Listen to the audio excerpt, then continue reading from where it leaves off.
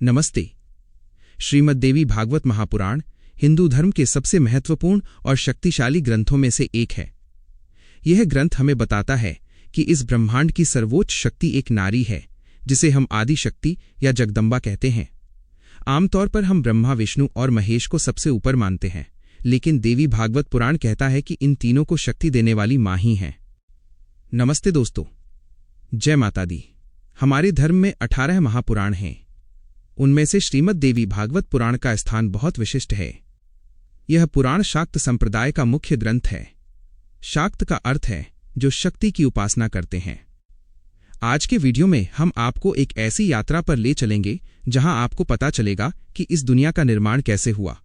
हम जानेंगे कि ब्रह्मा, विष्णु और महेश भी किसके सामने हाथ जोड़कर खड़े रहते हैं। हम जानेंगे उस दिव्य लोक मणिद्वीप के बारे में जो बैकुंठ और कैलाश से भी ऊपर है। यह कथा केवल राक्षसों के वध की कथा नहीं है। यह कथा है उस मां की जो अपनी संतानों से बहुत प्यार करती है, लेकिन जब पाप बढ़ जाता है तो वो चंडी बनकर दुष्टों का नाश भी करती है। तो चलिए देवी के चरणों में प्रणाम करते हुए शुरू करते हैं ये अद्भुत गाथा। भाग 2, सृष्टि का आरंभ और मणिद्वीप का रहस्य। देवी भागवत पुराण की शुरुआत नैमिषारण्य में ऋषियों और सूत जी के संवाद से होती है। ऋषि पूछते हैं कि हे सूत जी, इस संसार में सबसे श्रेष्ठ कौन है, किसकी पूजा करने से मोक्ष मिलता है। तब सूत जी एक बहुत ही आश्चर्यजनक कथा सुनाते हैं। वो बताते हैं कि जब कुछ भी नहीं था तब केवल एक ज्योति थी, वही आदि शक्ति थी। सूत जी बताते हैं कि एक बार भगवान विष्णु एक छोटे से बालक के रूप में बरगद के पत्ते पर तैर रहे थे। वो सोच रहे थे कि मैं कौन हूं और मुझे किसने बनाया है। तभी वहां एक दिव्य विमान आया। आकाशवाणी हुई कि हे विष्णु, इस विमान में बैठ जाओ। विष्णु जी उस विमान में बैठे। विमान उड़ा और अलग अलग लोकों से गुजरा। विष्णु जी ने देखा कि एक लोक में ब्रह्मा जी सृष्टि बना रहे हैं, दूसरे लोक में शिवजी तपस्या कर रहे हैं। अंत में विमान एक बहुत ही सुंदर लोक में पहुंचा जिसे मणिद्वीप कहते हैं। वहां की सुंदरता का वर्णन नहीं किया जा सकता। वहां रत्न जड़े हुए थे और चारों तरफ खुशबू फैली थी। वहां विष्णु जी ने देखा कि एक दिव्य सिंहासन पर एक देवी बैठी हैं। उनके 4 हाथ हैं। उन्होंने लाल रंग के वस्त्र पहने हैं और वह करोड़ों सूर्यों की तरह चमक रही हैं। उनके पैरों के पास ब्रह्मा, विष्णु और महेश स्त्री रूप में उनकी सेवा कर रहे हैं। विष्णु जी हैरान रह गए। तब उस देवी ने मुस्कुराकर कहा, हे विष्णु, तुम मुझे नहीं पहचानते। मैं ही वो शक्ति हूं जिससे तुम सब उत्पन्न हुए हो। मैं ही प्रकृति हूं और मैं ही ब्रह्म हूं। मेरे बिना तुम हिल भी नहीं सकते। उस दिन त्रिदेवों को ज्ञान हुआ कि वे केवल निमित्त हैं, असली कर्ता धर्ता तो आदि शक्ति जगदम्बा हैं। भाग 3, मधु कैटभ वध और ब्रह्मा की स्तुति। पुराण के पहले स्कंध में ही मधु और कैटभ नाम के 2 राक्षसों की कथा आती है। यह कथा बताती है कि देवी की इच्छा के बिना देवता भी अपनी रक्षा नहीं कर सकते। एक समय प्रलय काल था। चारों तरफ पानी ही पानी था। भगवान विष्णु शेषनाग की शैया पर योग निद्रा में सो रहे थे। उनके कानों के मैल से 2 भयानक असुर पैदा हुए, जिनका नाम था मधु और कैटभ। इन दोनों असुरों ने ब्रह्मा जी को देखा जो कमल के फूल पर बैठे थे। वे ब्रह्मा जी को खाने के लिए दौड़े। ब्रह्मा जी बहुत डर गए। उन्होंने देखा कि विष्णु जी तो गहरी नींद में हैं। उन्हें जगाना संभव नहीं था क्योंकि वो योग निद्रा के प्रभाव में थे। तब ब्रह्मा जी ने उसी योग निद्रा की स्तुति की। योग निद्रा कोई और नहीं बल्कि स्वयं देवी भगवती का ही एक रूप है। ब्रह्मा जी ने कहा, हे देवी, आप विष्णु की आंखों से हट जाइए ताकि वो जाग सकें और मेरी रक्षा कर सकें। देवी प्रसन्न हुई और वो विष्णु जी के शरीर से बाहर निकल गईं। विष्णु जी तुरंत जाग गए। उन्होंने उन राक्षसों के साथ 5000 साल तक युद्ध किया। अंत में देवी ने ही उन राक्षसों की बुद्धि को मोहित कर दिया, यानी भ्रमित कर दिया। राक्षसों ने खुश होकर विष्णु जी से कहा, हम तुम्हारी वीरता से खुश हैं, कोई वरदान मांगो। विष्णु जी ने कहा, अगर खुश हो तो मेरे हाथों से मारे जाओ। इस तरह देवी की कृपा से ब्रह्मा जी की जान बची। भाग 4, हयग्रीव अवतार और वेद रक्षा। देवी भागवत में भगवान विष्णु के हयग्रीव अवतार की भी एक बहुत रोचक कथा है। एक बार हयग्रीव नाम का एक राक्षस था।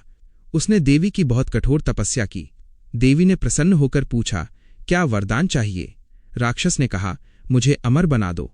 देवी ने कहा, जिसका जन्म हुआ है उसकी मृत्यु निश्चित है, कुछ और मांगो। राक्षस ने बहुत चालाकी से वरदान मांगा। उसने कहा कि मेरी मौत केवल उसी के हाथों हो जिसका शरीर तो मनुष्य का हो लेकिन सिर घोड़े का हो। उसे लगा ऐसा कोई नहीं होता, इसलिए मैं अमर हो गया। उस राक्षस ने वेदों को चुरा लिया और देवताओं को सताने लगा। देवता परेशान हो गए। उधर एक बार विष्णु जी बहुत थक गए थे और वो अपने धनुष की डोरी पर सिर रखकर सो गए। ब्रह्मा और शिव उन्हें जगाना चाहते थे, लेकिन जगा नहीं पा रहे थे। उन्होंने एक दीमक को भेजा कि वो धनुष की डोरी काट दे। जैसे ही दीमक ने डोरी काटी, एक भयंकर आवाज हुई। धनुष की प्रत्यंचा के झटके से भगवान विष्णु का सिर कटकर अलग हो गया और आकाश में खो गया। चारों तरफ हाहाकार मच गया। देवता रोने लगे। तब बृहस्पति जी ने कहा, रोने से कुछ नहीं होगा, देवी की शरण में जाओ, जरूर इसमें कोई लीला होगी। देवताओं ने देवी की स्तुति की। देवी ने कहा, चिंता मत करो, एक घोड़े का सिर लाओ और विष्णु जी के धड़ पर लगा दो। देवताओं ने ऐसा ही किया। अब भगवान विष्णु का रूप हयग्रीव यानी घोड़े के सिर वाला हो गया। यही तो उस राक्षस की मृत्यु की शर्त थी। हयग्रीव भगवान ने जाकर उस राक्षस का वध किया और वेदों को वापस लाया। ये कथा सिखाती है कि भगवान के जीवन में आने वाली मुसीबतें भी देवी की योजना का हिस्सा होती हैं। भाग 5, व्यास जी का मोह और शुकदेव का जन्म। इस पुराण में वेद व्यास जी के जीवन की भी बहुत सुंदर चर्चा है। व्यास जी को पुत्र की इच्छा थी। उन्होंने देवी की तपस्या की। देवी ने वरदान दिया कि तुम्हें एक बहुत ही ज्ञानी पुत्र होगा। उसी वरदान से शुकदेव मुनि का जन्म हुआ। शुकदेव जी बचपन से ही विरक्त थे। वे शादी नहीं करना चाहते थे। व्यास जी चाहते थे कि बेटा गृहस्थ बने। तब व्यास जी ने शुकदेव को राजा जनक के पास भेजा। राजा जनक विदेह थे, यानी शरीर में रहते हुए भी शरीर के सुखों से दूर। जनक जी ने शुकदेव को देवी भागवत का ज्ञान दिया। उन्होंने बताया कि गृहस्थ जीवन में रहकर भी मोक्ष पाया जा सकता है, बस मन देवी के चरणों में होना चाहिए। भाग 6, महिषासुर और देवताओं का तेज। देवी भागवत का सबसे रोमांचक हिस्सा है देवी के युद्ध। महिषासुर नाम का एक असुर था जो रंभ का पुत्र था। वो भैंसे का रूप बदल सकता था।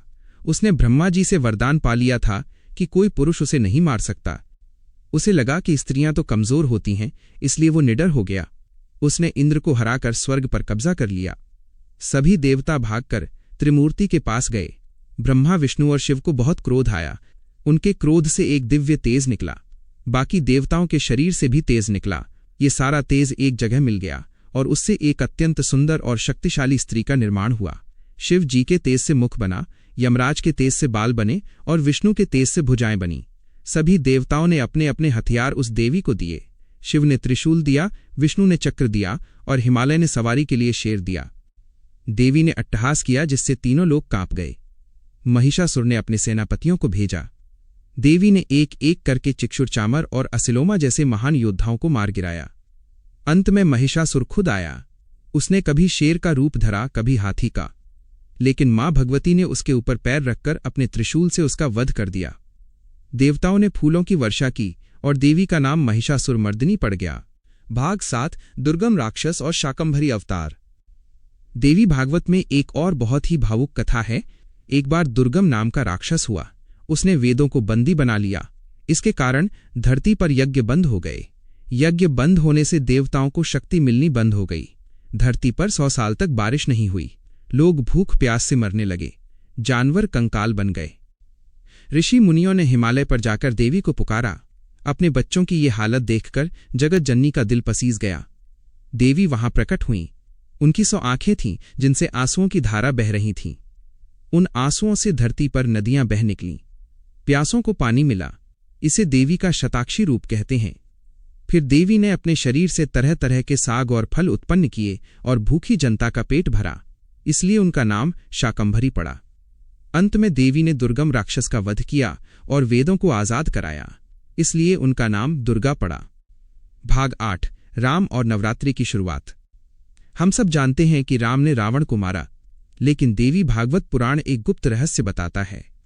जब राम जी सीता हरण के बाद बहुत दुखी थे, तब नारद जी उनके पास आए। नारद जी ने कहा, हे राम, रावण बहुत शक्तिशाली है। उसे मारने के लिए आपको शक्ति की उपासना करनी होगी। नारद जी के कहने पर भगवान राम ने आश्विन महीने में यानी शरद ऋतु में देवी का व्रत रखा। ये वही समय है जब हम आज नवरात्रि मनाते हैं। राम जी ने 9 दिनों तक उपवास किया और देवी की पूजा की। अष्टमी की रात को देवी शेर पर सवार होकर प्रकट हुईं। उन्होंने राम जी से कहा कि मैं तुम्हारी पूजा से प्रसन्न हूं। तुम रावण को अवश्य मारोगे। दशमी के दिन राम जी ने युद्ध के लिए प्रस्थान किया और विजय प्राप्त की।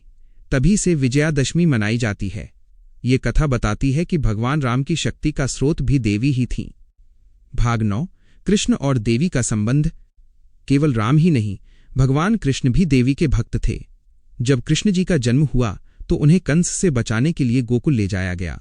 वहां से यशोदा की बेटी को लाया गया। वो बेटी कोई साधारण कन्या नहीं थी, वो देवी योगमाया थीं। जब कंस ने उसे पटकना चाहा तो वो हाथ से छूटकर आकाश में चली गई और अष्टभुजा रूप धारण कर लिया। उसने कंस को चेतावनी दी कि तुझे मारने वाला पैदा हो चुका है। बाद में भगवान कृष्ण ने भी कई बार देवी की स्तुति की। देवी भागवत कहता है कि राधा जी भी मूल प्रकृति यानी देवी का ही रूप हैं। राधा और कृष्ण में कोई भेद नहीं है। जैसे दूध और सफेदी अलग नहीं हो सकते, वैसे ही शक्ति और शक्तिमान अलग नहीं हो सकते। भाग 10। मणिद्वीप का विस्तृत वर्णन। पुराण के अंतिम भाग में मणिद्वीप का बहुत विस्तार से वर्णन है, जो सुनने में बहुत अद्भुत लगता है। यह द्वीप अमृत के समुद्र यानी सुधा सागर के बीच में है। इसके चारों ओर कई दीवारें हैं जो अलग अलग धातुओं की बनी हैं। लोहे की दीवार, तांबे की दीवार, चांदी की दीवार और सोने की दीवार। इसके अंदर कल्प वृक्षों के जंगल हैं। वहां न कोई बूढ़ा होता है और न कोई बीमार। वहां चिंतामणि ग्रह है जहां देवी बैठती हैं। देवी भागवत कहता है कि जो व्यक्ति मरने के बाद मणिद्वीप जाता है उसे फिर कभी जन्म मरण के चक्कर में नहीं पड़ना पड़ता, वह देवी का ही स्वरूप बन जाता है। भाग 11। सदाचार और भक्ति का मार्ग। देवी भागवत केवल कहानियों की किताब नहीं है, यह जीवन जीने का तरीका भी सिखाती है। देवी कहती हैं कि मुझे पाने के लिए बड़े बड़े यज्ञों की जरूरत नहीं है। अगर कोई अपने माता पिता की सेवा करता है तो मैं उससे प्रसन्न रहती हूं। दूसरों को दुख न देना ही सबसे बड़ा धर्म है।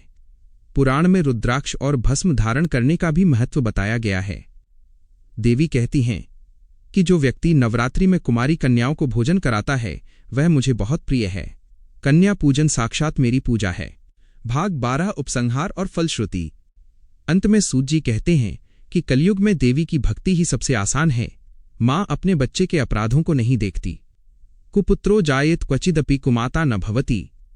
इसका अर्थ है कि बेटा बुरा हो सकता है, वो माता को छोड़ सकता है, लेकिन माता कभी भी बुरी नहीं हो सकती। वो कभी अपनी संतान का त्याग नहीं करती। तो दोस्तों, ये था श्रीमद् देवी भागवत महापुराण का सार। यह ग्रंथ हमें सिखाता है कि नारी केवल शरीर नहीं है, वो शक्ति का अवतार है। जिस घर में नारी का सम्मान होता है वहां देवता रमते हैं। मैं आशा करता हूं कि आपको मां की ये महिमा पसंद आई होगी। इस कथा को सुनने मात्र से पाप नष्ट हो जाते हैं। आइए हम सब मिलकर प्रार्थना करें कि हे जगदम्बा, हमारे मन से अज्ञान का अंधेरा दूर करो और हमें ज्ञान की रोशनी दो। जय माता दी।